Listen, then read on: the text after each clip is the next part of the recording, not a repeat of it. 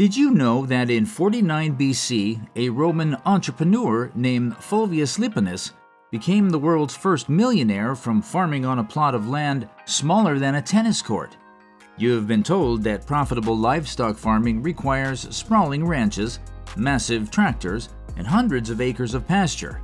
But what if the most efficient biological machines on Earth are actually designed for the micro scale? Today on Stellar Eureka, we are dismantling the myth of the animal unit and rebuilding the perfect one-acre farm from the soil up. We are uncovering 11 livestock species that defy the laws of conventional agriculture, animals with metabolisms, histories, and survival mechanisms so unique they turn a single acre into a powerhouse of production. Our journey begins not in a barn, but in the damp, shadowed corners of the garden, with a livestock so small it was once fattened on milk and wine by the Roman elite. While most modern farmers obsess over cattle, the ancient Romans perfected heliciculture, or snail farming.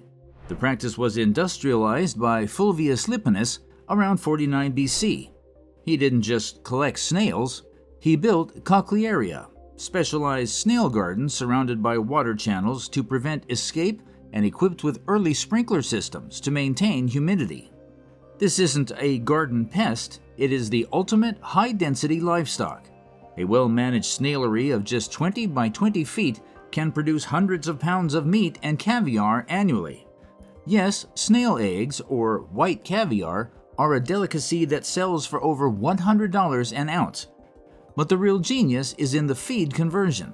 Snails are hermaphrodites, meaning every single individual in your herd lays eggs, up to 100 at a time. They require zero grazing acreage, thriving instead on vertical boards and a diet of forage crops and calcium. Biologically, they are efficient protein converters, but their history is one of luxury. The Romans fed their snails a mixture of spelt and wine to impart flavor, a technique recorded by Pliny the Elder. Today, on a single acre, you could dedicate a small corner to this ancient practice and out-earn a cattle rancher per square foot, all while producing a product that requires no refrigeration until harvest. From the slow-moving delicacy of the Roman floor, we look upward to a bird that was bred not for its meat, but for a warrior's soul. The Japanese quail is the metabolic racer of the poultry world. While most people know them as a gourmet meal, their domestication story begins in 12th century Japan, where they were prized not for food, but for their song. Samurai warriors and the aristocracy kept male quails in ornate cages, valuing their rhythmic, guttural calls. Much like cockfighting, song contests were held where birds were judged on the cadence and volume of their voice. It wasn't until the early 20th century that selective breeding shifted focus from the voice box to the egg basket, transforming this songbird into an agricultural powerhouse. For the one-acre farmer, the Coturnix quail offers a speed of production that is biologically startling. A chicken takes 6 months to lay its first egg. A Coturnix quail? It is ready in just 6 to 8 weeks. A bird hatched in late spring can be a grandmother by the fall. This rapid generation time was exactly why the Soviet Union and NASA chose quail for their space programs. In 1990, quail chicks hatched on the Mir space station became the first vertebrates born in the cosmos. They are the ideal livestock for vertical stacking. A quail tractor, or battery system, takes up minimal footprint, yet the nutritional density of the eggs, rich in B vitamins and iron, surpasses that of chickens. They are a livestock species that respects no speed limit. While the quail conquers time with its speed, our next subject conquers the air, defending the farm from its smallest enemies. If you have other livestock on your acre, you have flies. Chemical sprays are toxic and sticky tapes are messy. The biological solution is a duck that thinks it's a cat. The Muscovy duck is not a true duck in the way a mallard is. Indigenous to the neotropics and domesticated by South American cultures long before Columbus arrived, these birds have claws on their feet and prefer roosting in trees. But their true value on a small farm is entomological warfare. Research published in the Journal of Economic Entomology has shown that Muscovy ducks can remove adult houseflies 30 times faster than commercial bait cards or traps. In controlled field trials in calf pens, the presence of Muscovies resulted in an 80 to 90% reduction in the fly population. Unlike chickens, which scratch through manure and can inadvertently help fly larvae hatch by exposing them to air, Muscovies actively hunt the insects with predatory precision, snapping them out of the air. They are quiet, hissing rather than quacking, and their meat is lean, dark red, and often compared to veal or roast beef. On 1 acre, a trio of Muscovies acts as the sanitation department, converting pests into protein without damaging your garden plants. The Muscovy hunts on land, but our next duck was engineered over centuries to work in the waterlogged trenches of ancient Asia. Look at the stone carvings of the Borobudur Temple in Java, dating back to the 9th century, and you will see a duck standing upright like a penguin. This is the Indian runner duck, a breed shaped not by nature alone, but by 1,000 years of agricultural engineering. Indonesian farmers needed a bird that could walk long distances to forage in rice paddies without waddling or tiring. They selected for an upright posture and high mobility. The result is a duck that doesn't fly and doesn't waddle, it runs. This history is tied to the Igamo method of rice farming, where ducks are released into flooded paddies. They eat the insect pests and weeds, while their paddling oxygenates the water and their droppings fertilize the crop. On a dry 1 acre farm, this translates to the ultimate slug control.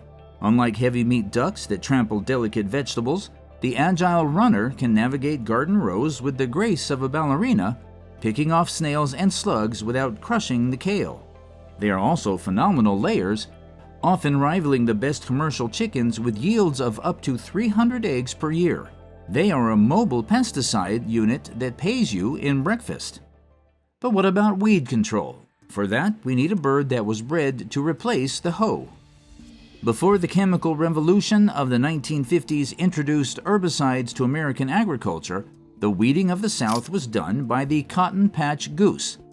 This landrace breed was developed specifically for the task of weeding row crops like cotton, corn, and tobacco. Geese are unique among poultry in that they are almost exclusively vegetarians with a preference for grasses over broadleaf plants. Farmers discovered that a flock of cotton patch geese would devour the crabgrass and Johnson grass, choking a cotton field, while leaving the cotton plants completely untouched. Historical agriculture data suggests that 12 geese could perform the weeding labor equivalent to 1 human worker. They are lighter and more heat-tolerant than the heavy European breeds like the Toulouse, allowing them to work through the humid southern summers. On a 1 acre homestead today, they are the lawnmower that fertilizes as it cuts. They are also auto-sexing, meaning you can tell the white males from the gray females as soon as they hatch, simplifying your breeding program instantly. While the geese manage the ground, we need a sentry to watch the sky, and for that, we turn to a bird with a reputation for being louder than a car alarm. You will often hear that Guinea fowl are the ultimate tick eradicators. While they do eat ticks, scientific studies suggest their tick vacuum reputation is slightly overstated compared to their role as hosts. However, their true value on 1 acre lies their ancient role, the alarm system.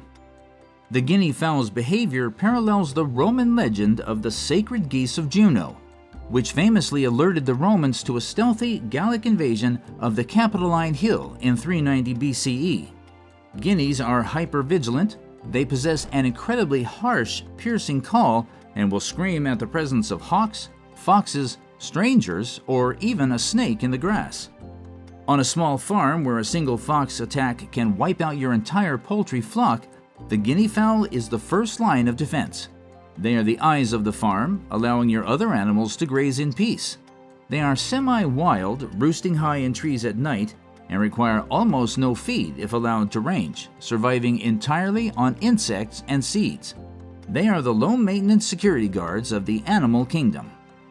We've filled the air and the garden, but to truly maximize caloric output, We need to look at a forgotten protein source that sustained medieval Europe.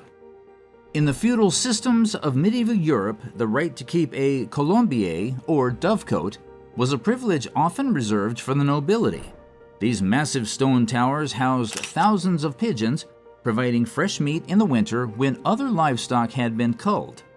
The product was a squab, a young pigeon harvested at roughly 28 days old, just before it fledges. The biological magic here is crop milk. Both male and female pigeons produce a nutrient-rich secretion from the lining of their crops to feed their young. This substance allows squabs to grow at an explosive rate, going from a hatchling to a market-weight bird in under a month. This is a faster growth rate than even the most genetically modified broiler chickens. A pair of commercial utility pigeons, like kings or carneaux, can produce 12 to 16 squabs per year.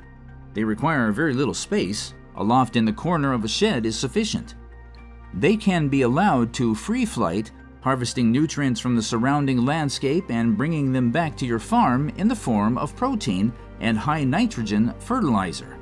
It is the ultimate low input, high output system that we have largely forgotten. Now we move to the mammals. But on 1 acre, a cow is a mathematical impossibility. We need a ruminant designed for density. Forget the Holstein cow. On 1 acre, the metabolic tax of a 1,500-pound animal is unsustainable. You would be importing feed every day. The solution is the Nigerian dwarf goat, a biochemical powerhouse designed as a petting zoo animal.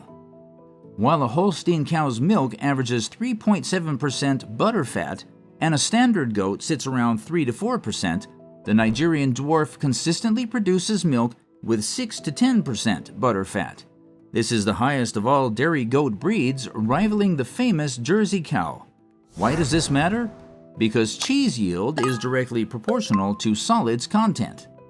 1 gallon of Nigerian dwarf milk will yield nearly double the amount of cheese compared to a gallon of store-bought milk.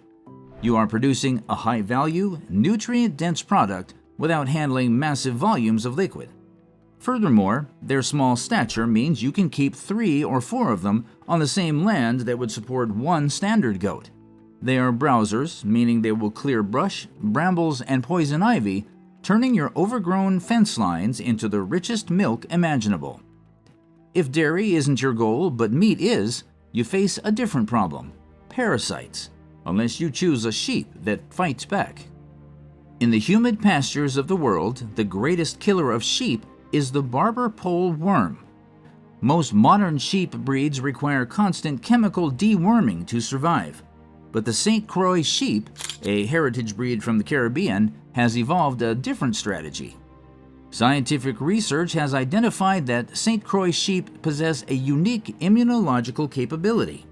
Unlike wool breeds that succumb to anemia, the St. Croix mounts a rapid and robust Th2-type immune response.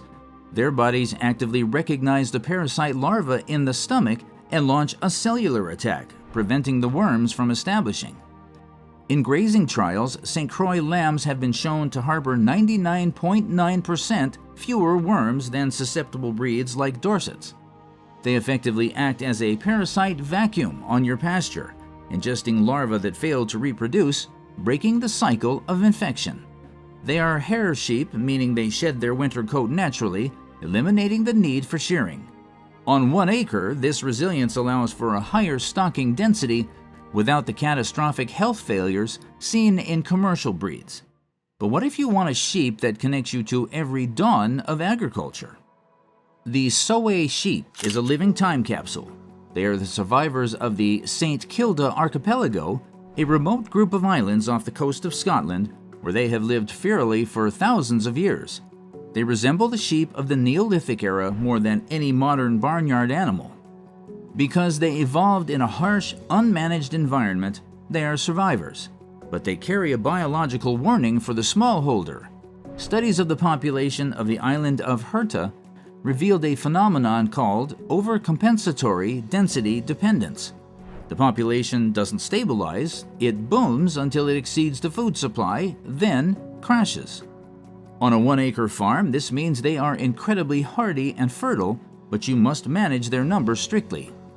Like the St. Croix, they shed their wool naturally, a process called ruing. Historically, the islanders don't shear them, they pluck the loose wool to weave into tweed. They are small, athletic, and offer a lean, gamey meat that chefs prize. They are not just livestock, they are a piece of living archaeology. Finally, we descend to the ground level for a pig that defies the stereotype of the destructive hog. Most pigs are bulldozers. Put a commercial pig on 1 acre, and within a week, it will look like a plowed field. But the Kunekune pig of New Zealand is different. Bred by the Maori people to live in close proximity to villages, the Kunekune possesses a distinct anatomical feature, a short, upturned snout. This morphology makes them anatomically less suited for deep rooting compared to long-snouted breeds. While they can root, they are primarily grazers.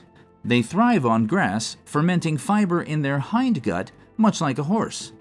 This makes them the only pig truly suitable for pasture management on small acreage.